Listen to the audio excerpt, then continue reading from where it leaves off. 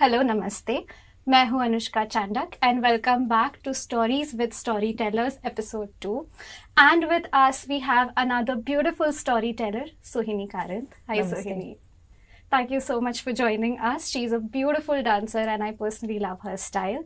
So Sohini, could you please tell us a little bit about yourself? Sure. I've been a dancer almost all my life. I've been learning for almost 21 years. I started off my journey in Lucknow and I continued it in Bangalore here under Srimati Nirupama Rajendra and Shri T.D. Rajendra, my gurus. And recently I opened my studio in Sompura, which is called Satvati School of Dance. I opened my school and I have about 100 kids who are learning from me. Okay, I think you're mentioning it a little too casually for the amount of work that you're doing. I think 100 kids, it's not a joke. But could you explain what Satvati means?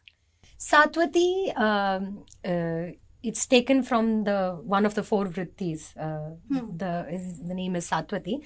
Actually, this name was given to me by my mentor, my guru, Arjun Bharadwaj. I was actually hunting for names a lot and I was not happy with anything. And when he gave this, he explained the meaning of how Satvati means art filled with Satvika Bhava or Sattva.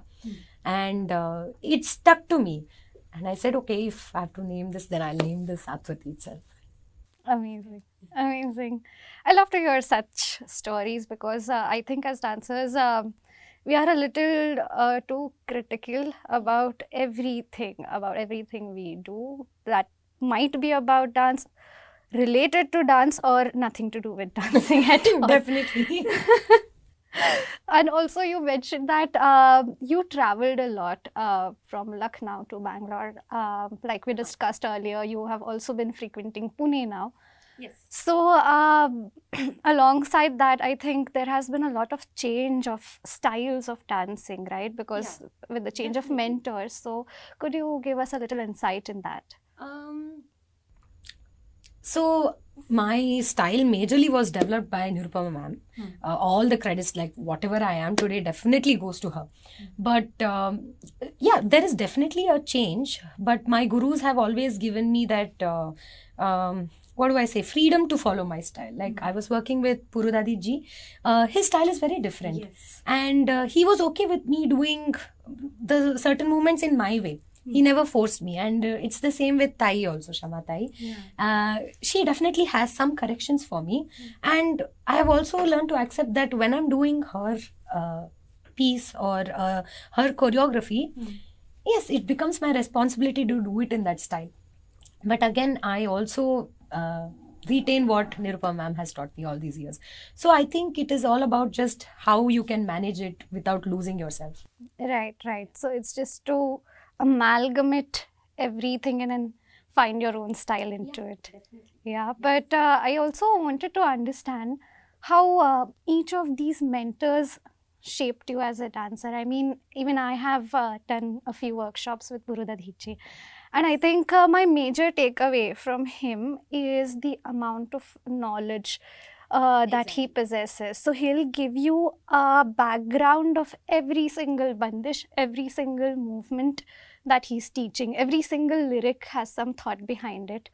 And there's so much research that he has done that is something that I took away personally from him. Yes. So that was my highlight of learning from him. So could you tell me what highlights you found while you're learning with these mentors? Definitely. About Purudadiji, whatever you said, that's exactly what I found. And he's very intricate and he puts a lot of thought behind anything that he does. He taught a lot of things like how Ahmads are done or how Ahmads are created. Correct. Or any composition. No, I'm just saying Ahmad. Any composition in Kathak is created. If it is teen tal, you know, if it's ta, the, ta, ta, the, ta, ta, the, it's supposed to take 8 and 8 beats, you know, patterning and things like that. He's very theoretical. Correct. And I felt like I lacked a lot of theoretical knowledge because I think we are always dancing. And yes. But when I went to Dadiji, he introduced me to a lot of topics that I was completely unaware of. And some tasks that I were completely unaware of, and I didn't even have the idea that we could even dance to this. Like he has taught me Brahmatal, Arjuntal, and I don't think if I hadn't met him, I wouldn't even like look into these tals because I felt that these were too complicated for me. But he made it so simple. And I feel like if somebody explains it to you like that, I think anyone can learn these tals. They're not at all difficult. And so I have a lot of takeaways like that from each guru. And Nirupama ma'am and Rajendra sir have always taught me about quality of work. They never compromise for quality, and that is something that I will always look up to. Any productions that you can look of theirs, it's top notch.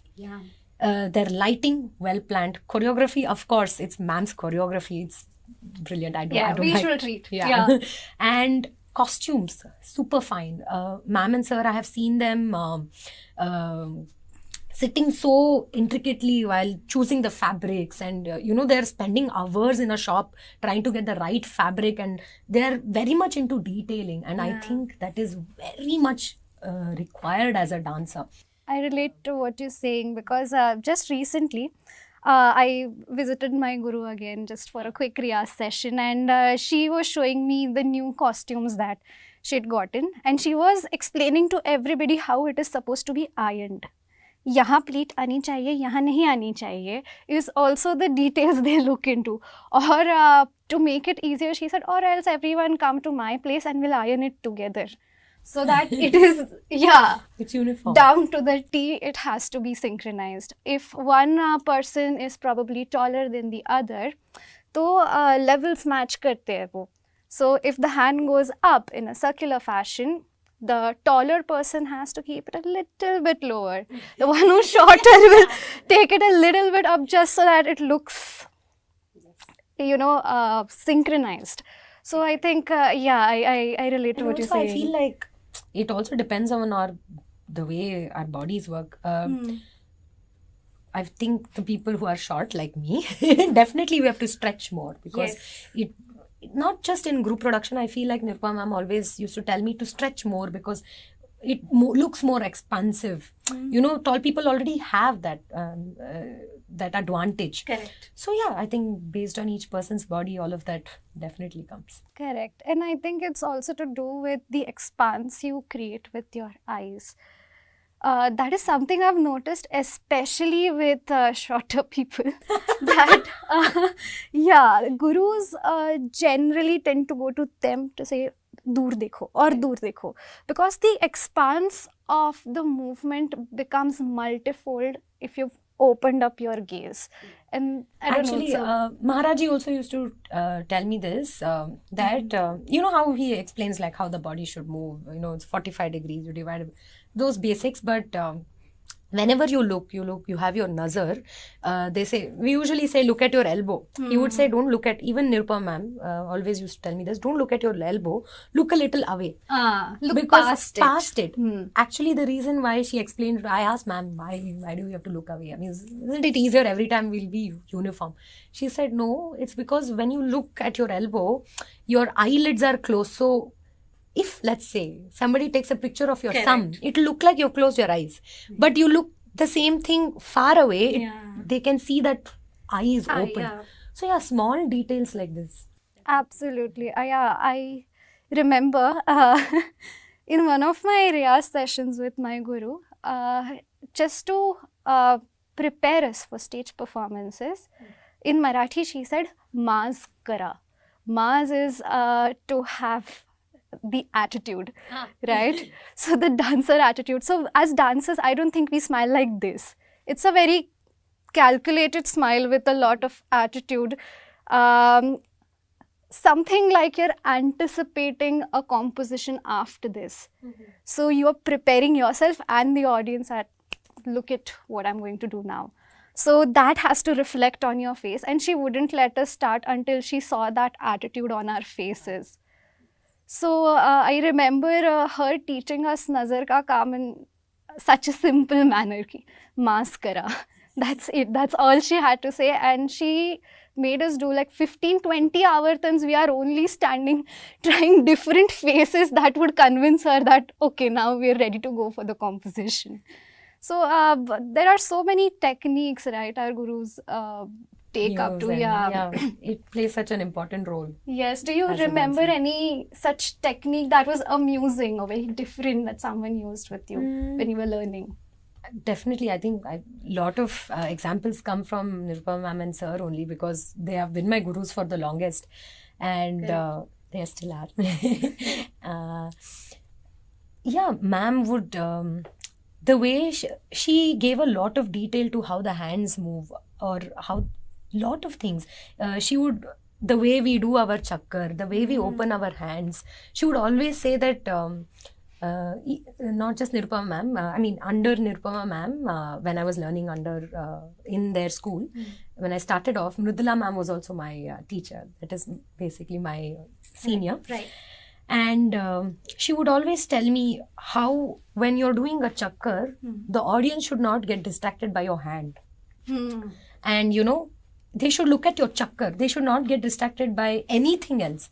So the details that she showed, the way you should open the hand, at what level, how much expanse. I think there was that I think is a very strong core memory that is with me. Right. And I think also with Nirupama ma'am, the one thing I've noticed is that she has trained in Bharatnatyam and Kathak both, right? And somehow how expressive she is with Bharatnatyam, because it's a little more like direct, a little more straightforward, reflects in her Kathak style also, and I find it very charming. Yes. Yeah, so I think with my training or whatever I've come across, I've mostly seen people being a little calculated. Yeah. With the throw of energy, with how much you should smile also, it's a little calculated. With exactly. That's never the case with Nirupama ma'am. Nirupama ma'am has Nirupama ma'am sir and Mantap sir. These were like these mentors who would come and give us feedbacks. Actually, ma'am would arrange that in class. You know, big mentors would come and give us feedback. That was a very nice thing that she did for all of us. They've always told us ki feel the dance. Forget who you are. If you're going to keep yourself as I am Sohini portraying the role of Radha, then it's gone. You become the Radha. You become whoever that is. You feel it. Think from there, like you are that. So what would happen in that situation to you? You should feel it. You should not calculate. Once there's a calculation, it's gone. Right. It's Satvika Bhava. It should come from inside. So you should feel it. And that's one of the biggest feelings. That's one of the biggest learnings that I have got from her.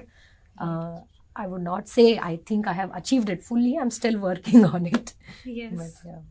Do you think there was something else that she brought to the table while you were learning Kathak because of her Bharatnatyam training also? See, I wouldn't say. I definitely Bharatanatyam dancers, I feel, emote much better than any other dance form. I personally feel that, like, I've gone to big Bharatanatyam shows, and most of the time I'm in tears because they emote so well. Yeah. And definitely it might be an influence, and I think as Kathak dancers we should also try to bring that into our system. Yeah. I think it's just lost because what is Kathakar? We used to go from one place to another place, reciting stories, emoting, and dancing together. So all of our dance was about storytelling, right, communicating. That doesn't happen without Abinaya. Correct. Right? And I think it's just lost because of all the things that happened, you know, like there were Mughals, then there were the Britishers. There's so much happened to our history, and I think somewhere it got lost. And somewhere it became about pleasing someone and not letting yourself go. Because that's what it was about, us dancing in the temple and letting ourselves go. And I think that somewhere got lost, and that's why our Abhinaya somehow is on a little weaker side. And it's subtle. I would not say weak. I think that's a wrong word to use. It's a little subtle. And I think you can be... Right. Yeah. Right. We don't have to control ourselves. I think you should be able to express yourself in any way you want. Correct. Something that you mentioned got my attention actually, that how Kathak is syncretic in nature. Syncretic meaning two cultures, two very distinct cultures have affected its growth, have seen it evolve. And also with the British time, I think so much changed with Kathak, right? And the way it behaves now, a form also has a certain behavior, right? So like you said, we are storytellers. That's what we say. Katha kahe so, Kathak kehlave. Correct. Yeah. So I always think about how we should know the history and the stories to be able to tell the stories, right? There's so much that you should read, that you should explore, or that you should live in life in general, so that you can tell those stories. Correct. Yeah. This I think the best way somebody can do this is, I think, Shama Tai. When I went to her classes and I just one day she was busy with something and we were searching for some documents. I opened her cupboard and there were like these set of files. I'm like, Thai, what is all this? There are like, how do I even search for the paper you're asking? And then she's like, mil jayega. And then we were all searching, and then the others found the paper and I started taking out the files and I was going through. And the amount of research that goes into each of her piece is unreal. Yeah. There is so much research. She would have researched about the entire, I don't know, all the libraries, the web, everything I could find summaries of before she even thinks of a choreography. And I think that is very, very important. Absolutely. And to get the right guidance also. Because somehow nowadays the youth is guided towards not so much in a right direction, I would say. There is a lot happening which I feel like I'm trying to find the right words, are going against our culture, and I feel like sometimes they don't fit in. So I feel like they need to do more research. And rather than just blame our culture or blame our tradition, saying it is like that, it is like this. No, because we have a lot of underlying meaning. Like, for example, let's take Sufism and some verses in it, it feels like it's about a lover and there's a lot of intimacy. But in Sufism, they see that as the intimacy between you and the God, and it's all about spirituality. Correct. Similarly, Correct. I think there are a lot of underlying factors that you have not gone through, and that's why you're not understanding. So research is a very, very important thing, and to do it under the right person. Luckily, I have Arjun Bharadwaj, who's always giving me so much material to work on. And even Nirupama ma'am, she has introduced us to Ganesh sir and his discourses and things like that. So we have always been in the hunger, let's say, for knowledge and what is happening actually. And if we don't understand, if we do have contradictory thoughts, I think it is better to go and talk to a person who has knowledge. Always scope for discussion around especially arts and art disciplines, I think. There are so many research papers that I also personally like to go through, and I'm also a big geek like that. So I think that it works very differently for artists. Because you can even derive comparisons, and that alone could be your research paper. You don't have to prove anything.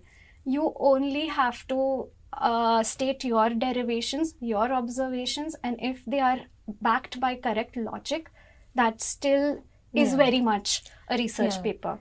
Not even like research. I was doing some work I think this was like a year back, I'm not sure.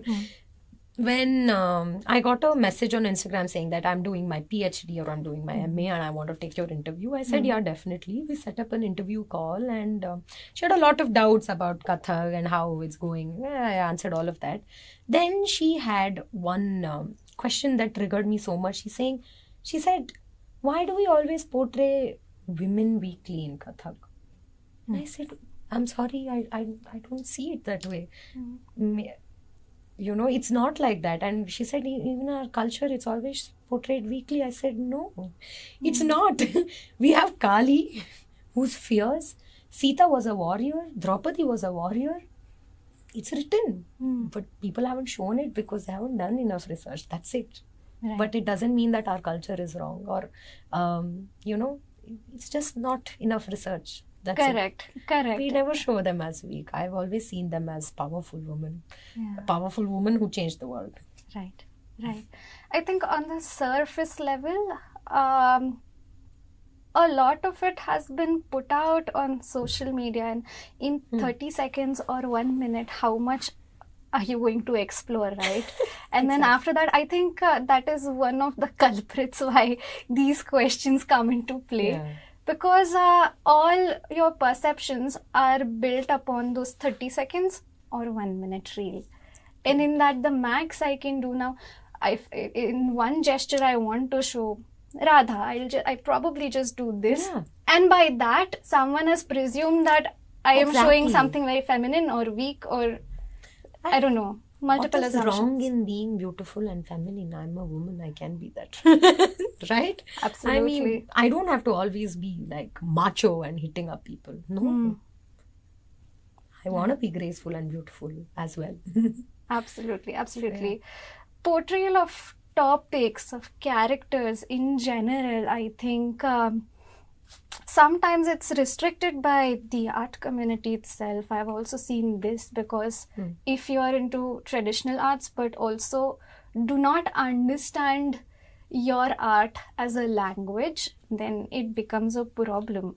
A lot of times there are brave experiments, and I've seen the traditionalists speak out about it, that I don't think this is acceptable in the classical culture, and I think that is one other reason that we don't get to see a lot of it, at least not very openly. Some of my personal experiences also was dealing with these traditionalists, right? So we did a show that was actually about menstruation. So that was a relationship between a woman's menstrual cycle, and we kind of personified it. So we called the cycle her Sakhi.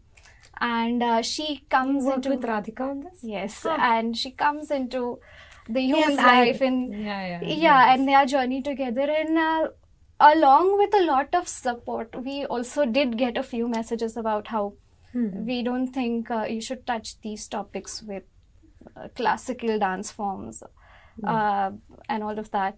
And I think that kind of becomes a little restrictive, and I would like to always preach about how using your art as a language rather than just a translation. Yeah, you're right. Yeah. And I think there's nothing wrong in it. As long as it is handled tastefully, I think it should be fine. Absolutely. Also, something that comes to my mind while we're discussing all of this is, like we had discussed earlier, family support. Yeah. Or support in general. You can't be all solo in this. Not at all. Your dance journey or your artist journey, I think. Along with how brave you have to be while you take it up and you pursue it, there are just so many contributors in it. So I would like to know who contributed in your journey, if you want to give a shout out, especially to anybody. Definitely, it would be my parents. They have been constant support. My mom, most of the videos that you see on Instagram are shot by my mom. And it started out as a hobby, actually. Not hobby, I mean... started out as a thing that we didn't know what to do during COVID, and I just wanted to dance.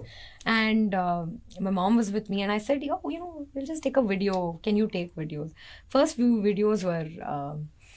we were just fighting. You know how it is. Parents like, this angle is not right. What are you doing? Common joke with my parents as well, that you hold your camera like this. How is it? It's not landscape, it's not portrait, it's something in the middle. So I've had these fights as well. And then we got into then we somehow started enjoying it. It became like a thing that we did together, and we would spend time, and she still gives me a lot of feedback on my dancing. If there is something that I'm working on, a new project, of course there's mirror, but then the first person I ask is my mom, like, is this being conveyed? This is what I'm trying to do. And I've got very nice. Sometimes she's like, idu yenu gottagtalla. So I'm saying in Kannada, she's like, basically like, no, I can't even understand what you're saying, and then I've reworked. So she's always been my critique and the supporter that I need in life. And another thing is that I think being an artist, it's very different. Your brain works very differently. There are days where no matter how much you think, it's not coming, and then you have the time to do other things. But then once that idea hits, there's nothing that can stop you. And I'm spending hours and hours in studio, but my parents never complain saying that, why didn't you help me in the kitchen today? That's never the case. When I tell my mom I'm doing my art, she gives me all the space and a lot of freedom. She hates it when my room is not clean, but if she knows that I am busy and I have like back-to-back shows or I'm traveling, she doesn't say a word. She's always sweet. She understands that even though I have time, I don't have a mental space to do it. Or small things like this. I think as artists, we require that kind of support. True, absolutely. Do they come from art background at all? Yeah, actually, I mean, not my dad side, but my mom's side, we have a lot of singers. And my mom herself is a veena player, and she's also a singer. Amazing. So yeah, she understands it. And I think it's very important for parents to understand that your child needs that kind of space. And correct. Even let's say for girls who are going to get married into the families, that family needs to understand how this works, how much hours of riyaz goes into it, or how much thinking goes into before you create a concept. It's time consuming. It takes your mind and you are totally engrossed in it. And I think they need to understand that. It becomes very important. Absolutely. Yeah. So I think one of the highlights with my parents is that they don't come from an art background at all. Like, at all. It's a proper engineer's family. But I really adore the way they're always there. They're there to support me. Even with my friends, they don't even know the difference between Kathak and Bharatnatyam, and often they call me Bharatnatyam dancer. And yet they'll be there for every single show of mine just to cheer. That's amazing. And also maybe to educate themselves a little bit, because a lot of my friends come in thinking that hame kuch nahi samjhega, but just for you we are coming. But then after the show, they leave saying that, but that was quite a value addition for me, because I did not think I would understand, but now looks like we did. So I take that as a win. Definitely. And I think that's exactly why Abinaya is so important, because I think Abinaya is something that the audience can grasp very easily. Exactly. You'll do, Teen Tal, yes, they'll understand. Jhaptal to an extent, yes. Rupak, because a lot of songs are in Rupak. Start complicating the tals, maybe Ashtamangal, Rudra, it'll go over their head. Correct. Probably they're going to be looking at you doing a lot of chakkars and they're very amused by it. But after a point, then it looks all the same to them. See, this is what I've heard from most of the friends who I come to our shows. And this is exactly why Abhinaya is more important in our dance form, and why we should give so much importance, because they connect to it very easily. Absolutely, absolutely. I think a very popular line I've heard from my friends is that it's like a foreign movie without subtitles. That's another issue actually. I was doing some research on Natya Shastra and all of that, and that's when I was listening to some discourses also, when I heard that back then people were actually very knowledgeable about art. They knew a lot about it, so that they could actually enjoy it. And I feel like nowadays the audience lacks the knowledge itself. Yeah. And they have no clue what they're coming and what they're doing. They're, for the first time, probably they're attracted, especially in Kathak, is by chakkars or our footwork. Yes. But they don't understand it. And I think we need to do something about it, definitely, that we need to take our art to the audience and somehow bridge that gap. Like, I feel like the future, I don't want the audience to get bored in an Ashtamangal Tal, where they should be enjoying it. And things like that. Right. I think one of the reasons why Maharaji was so popular was because of this. Because he'd woven a story with every single composition, no matter how technical it is, so that it becomes palatable, more understandable to the audience. Correct. So, do you have any thoughts on how we can bridge this gap? I have also been thinking about this a lot. I think it started off when I was taking classes in Abinaya dance company, my guru's classes, when a lot of kids didn't even know who's Krishna, who's Radha, and ma'am would always say, tell them stories. She would always create these things, and I think that's where I picked it up from. Even when I started off my school, a lot of kids didn't know a lot of stories, and especially the ones who are learning from abroad, kids in Norway or US, they have no clue. So I thought that first way of, I think, introducing them to our culture is at least they should know the stories. Yeah. It's okay, leave the technicality for now. They'll learn that with Kathak, but they should know the story. So what I have started doing is that we have activities in our school where we have a small little library. When I say library, it's a small cupboard with a lot of Amar Chitra Katha comics. So every week, or whenever they're waiting for their parents, they are supposed to pick a book and read. And I even have activities where I give out some specific books that we're going to be doing a composition on, or anything related to it, and I give it to each student, and they have like a 2-week period where they have to finish reading the comic or ask their parents to read it as a bedtime story, and they have to come and enact it. Or so small activities like this, which needs to start at a younger age. If children are introduced to it, I think it will help a lot. Absolutely. I agree with you 200%. Not just with reading, I think with everything you need to just expose them to as much art as possible. Even our first year, the school annual function. So when we had Kathak performances, they all performed. And after the performances, we had a musician, the person who was accompanying us, we had a concert for 30 minutes because I wanted my kids to be introduced to Hindustani classical music. So we keep doing that a lot in our class. We bring in artists, we bring in tabla artists, and they play. So the kids are fascinated. They are very much interested to know, and I think that the program, they had a blast.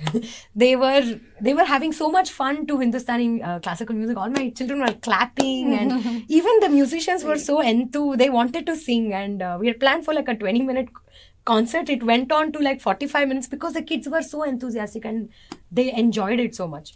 So I think it's very important that our generation today, our kids need to be exposed to this, our culture. We have such beautiful stories and such vast, rich culture.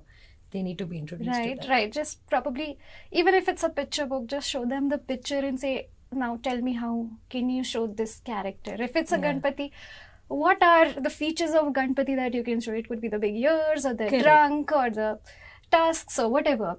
So small activities like that. I remember I was teaching a little kid, and it was, I think, a Saraswati Vandana, and she did not know about her. So we're talking about how she is the goddess of knowledge, and that's why she has a book in her hand. And then she asks me if she reads comic books. And she said, my favorite character is Supandi because I read Tinkle. And I don't know if Saraswati Ma has read it, but I think she'll enjoy it. I found that adorable. And then I showed her a picture that, take a look at it and tell me if you think she's reading a comic book. And then she viewed her smile a little closely, and then she says, I don't think she's laughing like it's haha funny. So please, haha funny. So it's a little smile. I don't think she reads comic books. And I love how children observe these little things, and I think, initiate them into it while they're young, because that's when they actually get really, really creative. They don't know limitations. They don't understand limitations that well.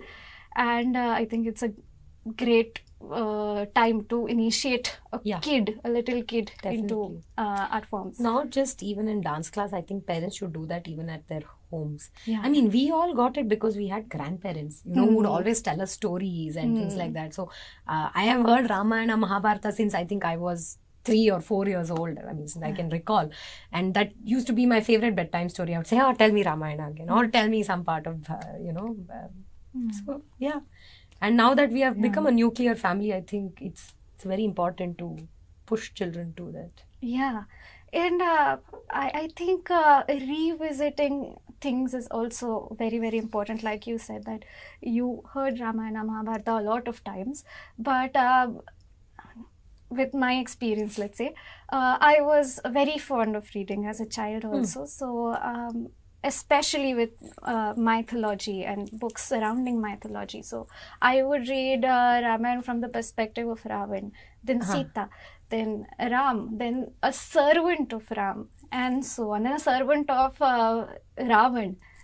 And the versions are so different. Like when you read it from Ravan's perspective, suddenly you see him also as a hero. Somewhere what he's doing is justified suddenly. So I think doing this is so important. Revisiting things, digging in deeper again, like we said, research so much that you have understood every perspective well, and then you can choose what perspective you want to portray. That is one, definitely. But I also, one must not get carried away with another's perspective also, let's say. Because I feel like, definitely perspective are important, because how maybe that person might have felt. I definitely understand Ravana's sister Shurpanaka's nose. He would have been furious, definitely. There's nothing wrong in that. But at the same time, you should know what is your original story. Right. What is there in the Valmiki, what is there in the actual books. So definitely you should have the knowledge of the original, and read the perspectives to, get different, basically the way people think, and how creatively you can use it in your dancing. But you should definitely also know the original. Why I think this is so important is because this one particular segment that we do in Kathak, Gatabhav, where all the characters are portrayed by one single dancer. Correct. You just get one palta, one turn to then change into or switch to another character, right? So maybe you are playing Ram, but if you want to play Ravan that efficiently, then you can't judge the character. You can't judge Ravan for what he is doing. So that's why know his perspective. So that as Ravan also, you're playing the character that well. Everything you're doing is justified when you're playing that character, because you've read all the perspectives. Is how I feel about it.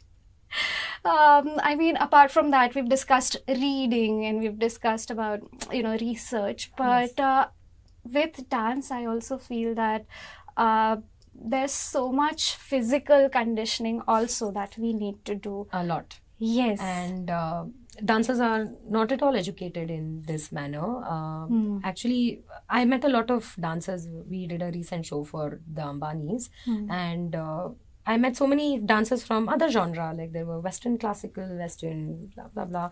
And I realized, in their master's course and everything, they are taught how to condition and all of that. But as classical dancers, I don't know how this somehow has slipped out. And we use our body so much. We are practically athletes. And we are practicing 8 hours a day, 6 hours a day. And there is no strengthening. Right. Yoga, yes, you have to have yoga because it stretches your body. But Yes. there also, the strength training is very important. Weight And training, yes. you have to go to a gym, you have to lift. I know some of you might be disappointed with my answer, but you have to do it, or else your Yes. joints are gonna go for a toss.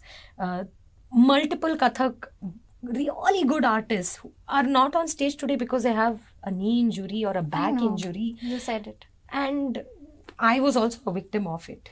But it was not because of dance, it was because of something else. But I got a back injury, and Yeah. and I think that's when I realized how much strength training is actually important.